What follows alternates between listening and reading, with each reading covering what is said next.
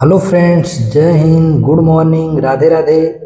कैसे हैं आप सब? उम्मीद करते हैं अच्छे होंगे, स्वस्थ होंगे और अच्छे से पढ़ाई करते होंगे।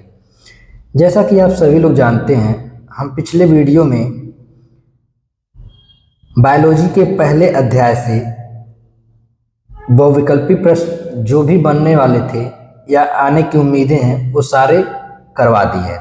तो उसी अध्याय से जय प्रक्रम के अध्याय से देखेंगे अति लघुत्तरी और लघुत्तरी प्रश्न क्या है। अगर आप लोग नोट्स बनाना चाहें तो यह हम एक एक अध्याय को सॉल्व कराते हुए चल रहे हैं। अगर नोट्स भी बना लेंगे तो भी आपके लिए बहुत बेहतर होगा। तो चलिए, क्लास को बेहतर बनाने के लिए मेहनत करें और अच्छे से पढ़ाई करें। चलिए आज का प्रश्न देखते हैं।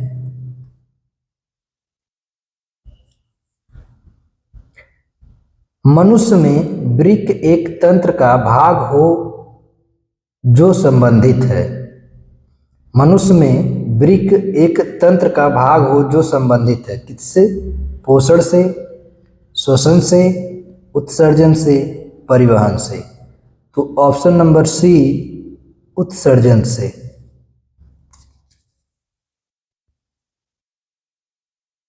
पादप में जाइलम उत्तरदायी है। पादप में जाइलम क्या कार्य करता है? जल का परिवहन, भोजन का वहन, अमीनो अम्ल का वहन, ऑक्सीजन का वहन। तो यहाँ ऑप्शन नंबर ए, जल का वहन करता है।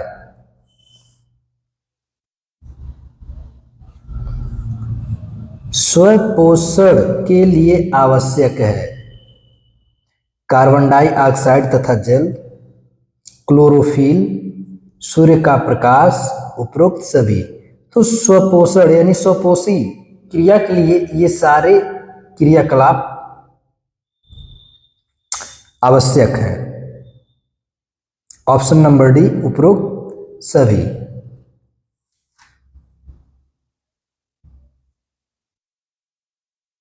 ये 3-4 बहुविकल्पी और प्रश्न बचे थे। हमको लगा कि इन्हें भी करा देना चाहिए, इसलिए इसको भी हमने करा दिया। पायरुवेट के विखंडन से यह कार्बन डाइऑक्साइड तथा जल ऊर्जा देती है और यह क्रिया होती है कोशिका द्रव्य, माइटोकॉन्ड्रिया, हरित लवक, केंद्रक। माइटोकॉन्ड्रिया, ऑप्शन नंबर बी सही है। चलिए अब यहाँ से हम लोग प्रश्न को देखते हैं। प्यारे साथियों, जो भी हम कमेंट्स के माध्यम से आप लोगों से प्रश्न पूछते हैं उसका उत्तर आप लोग कोशिश करके ज़रूर दीजिए और प्रयास करिए कि कमेंट्स के माध्यम से जो भी हम प्रश्न पूछते हैं उसका बहुत अच्छे से आप लोग उत्तर दीजिए।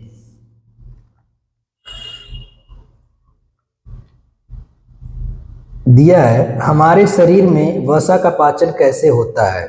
यह प्रक्रम कहाँ होता है? उसका उत्तर देखेंगे बड़े ही सरल भाषा में और सटीक एकदम उत्तर लेकर के आए हैं। हमारे शरीर में वसा का पाचन छोटी आंत में होता है। तो वसा का पाचन कहाँ होता है? छोटी आंत में। क्षुद्रांत में वसा बड़ी गोलिकाओं के रूप में होता है जिससे उस पर एंजाइम का कार्य करना मुश्किल हो जाता है। आगे देखें, लीवर द्वारा स्रावित पित्त लवण उन्हें छोटी गोलिकाओं में खंडित कर देता है जिसमें एंजाइम की क्रियाशीलता बढ़ जाती है। यह इमल्सीकृत क्रिया है, अर्थात जब छोटी आंत में एंजाइम क्रियाशील होती है तो उस क्रिया को हम क्या कहते हैं? इमल्सीकृत क्रिया कहते हैं। अगला प्रश्न देखेंगे।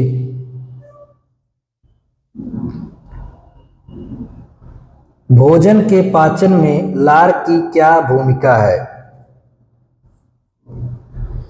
भोजन के पाचन में लार की भूमिका बहुत ही अहम होती है।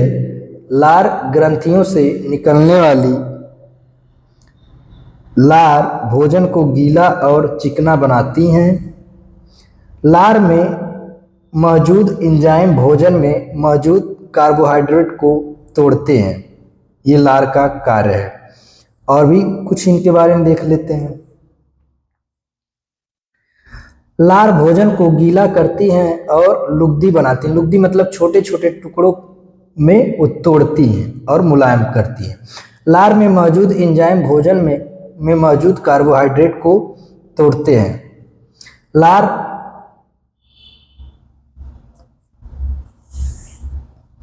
दांतों पर बैक्टीरिया जमा होने से रोकती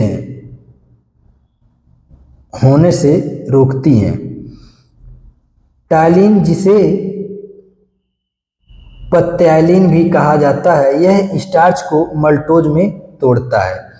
तो देखिए, अब क्वेश्चंस अगर पूछता है कि भोजन की पाचन क्रिया कहाँ से होती है, तो वह मुख से ही होता है, क्योंकि लार जो होता है वो हमारे कहाँ बनता है, मुख में बनता है। तो हमारे भोजन के पचने में, खाद्य सामग्रियों को पचाने में जो सबसे अहम भूमिका होती है वह लार की ही होती है। स्वपोषी पोषण के लिए आवश्यक परिस्थितियां कौन सी हैं? स्वपोषी पोषण के लिए आवश्यक शर्तें हैं। जैव कोशिकाओं या हरे हिस्सों में पानी की पूर्ति का प्रबंधन या तो जड़ों द्वारा या आसपास के वातावरण के द्वारा पूर्ति करना होता है। जैव कोशिकाओं में क्लोरोफिल की उपस्थिति, पर्याप्त सूर्य के प्रकाश उपलब्ध हो, क्योंकि प्रकाश संश्लेषण के लिए प्रकाश ऊर्जा आवश्यक है। तो ये स्वपोषण की क्रिया के लिए ये सारे क्रियाकलाप आवश्यक हैं, अनिवार्य हैं। अगला प्रश्न देखेंगे, वायवीय तथा अवायवीय श्वसन में क्या अंतर है?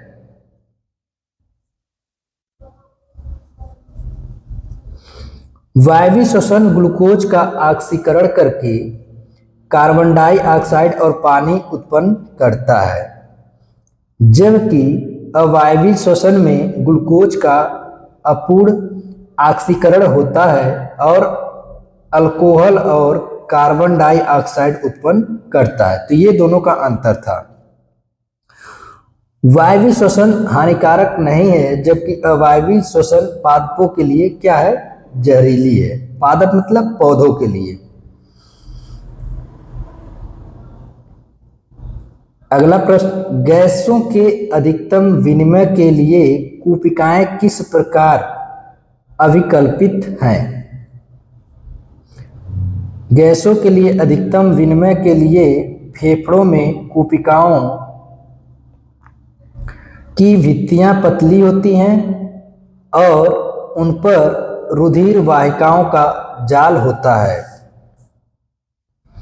इसमें गैसों का आदान प्रदान आसानी से और ज़्यादा से ज़्यादा हो पाता है। अब यहाँ थोड़ा सा और एक दो पॉइंट देख लेंगे। गैसों के अधिकतम विनिमय के लिए कूपिकाओं की विशेषता। कूपिकाओं की भित्तियां पतली होती हैं। कूपिकाओं का आकार गुब्बारे जैसा होता है। कूपिकाओं का सतही क्षेत्रफल बहुत ज़्यादा होता है। कूपिकाओं की भित्ति में रुधिर वाहिकाओं का बहुत विस्तृत जाल होता है। अब ये कूपिका क्या होता है, ये कमेंट सेक्शन में आप लोग जरूर लिखें। प्यारे साथियों, देखिए, अगर आपको नोट्स बनाना है तो ये बहुत सटीक और बहुत ही चुन करके प्रश्नों को हम लेकर के आए हैं। अगर आप हमारे चैनल पर नए हैं तो चैनल को सब्सक्राइब जरूर करिए और अपने दोस्तों में शेयर करना ना भूलिए। चलिए अगला प्रश्न। यह बहुत शानदार क्वेश्चन है, कई बार पूछा गया है परीक्षा में और पूछा भी जाता है। हमारे शरीर में हीमोग्लोबिन की कमी के क्या परिणाम हो सकता है, या हमारे शरीर में हीमोग्लोबिन की कमी से क्या क्या समस्याएं आ सकती हैं,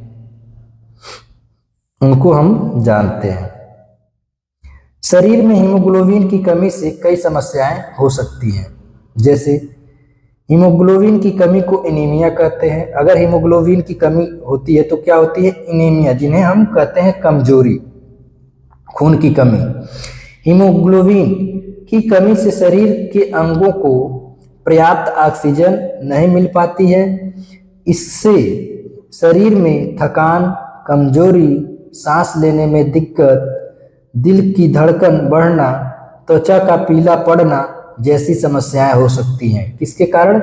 हीमोग्लोबिन के कारण। अर्थात हमारा जो रक्त होता है वह हीमोग्लोबिन के कारण ही क्या होता है? लाल भी होता है, थक्का भी बनाता है।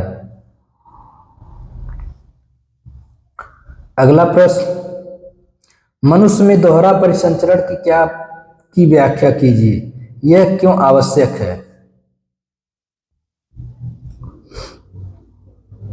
मनुष्य के परिसंचरण तंत्र को दोहरा परिसंचरण इसलिए कहते हैं क्योंकि प्रत्येक चक्र में रुधिर 2 बार हृदय में जाता है।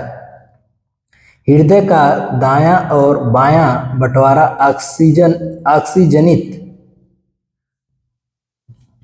तथा विऑक्सीजनित रुधिर को मिलने से रोकता है। चूंकि हमारे शरीर में उच्च ऊर्जा की आवश्यकता होती है, जिसके लिए उच्च दक्षतापूर्ण ऑक्सीजन जरूरी होता है।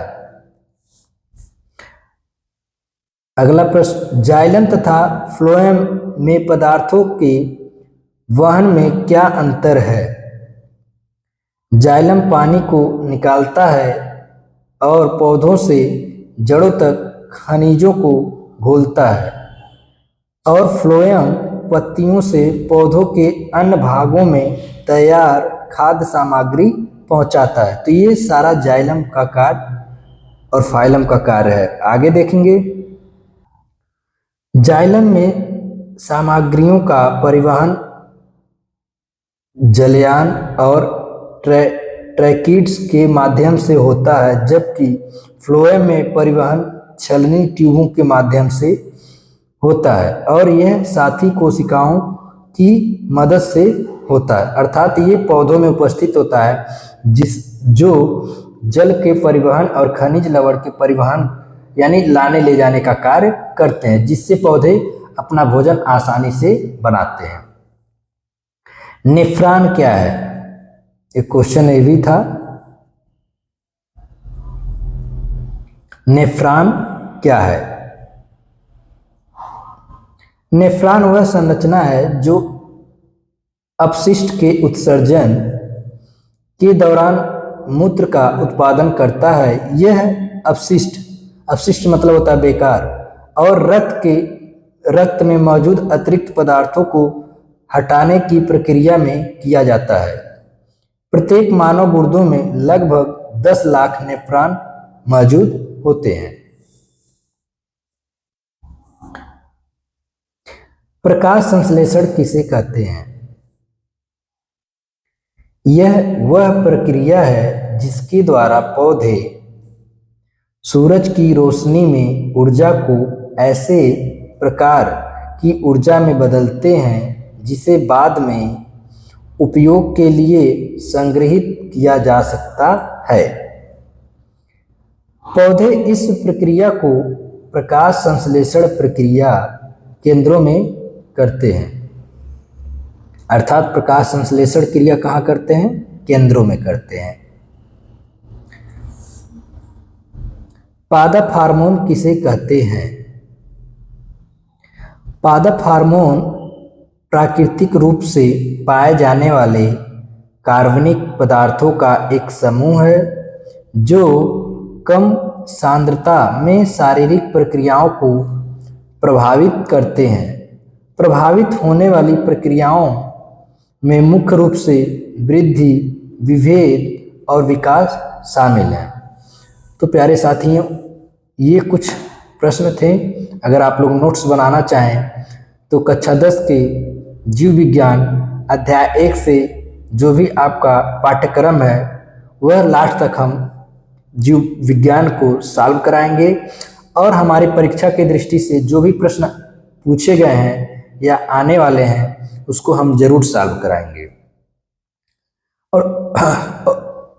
और सबसे महत्वपूर्ण बात यह है कि अगर हम आप लोग के लिए मेहनत कर सकते हैं तो आप लोग स्वयं की सफलता के लिए जरूर मेहनत करिए।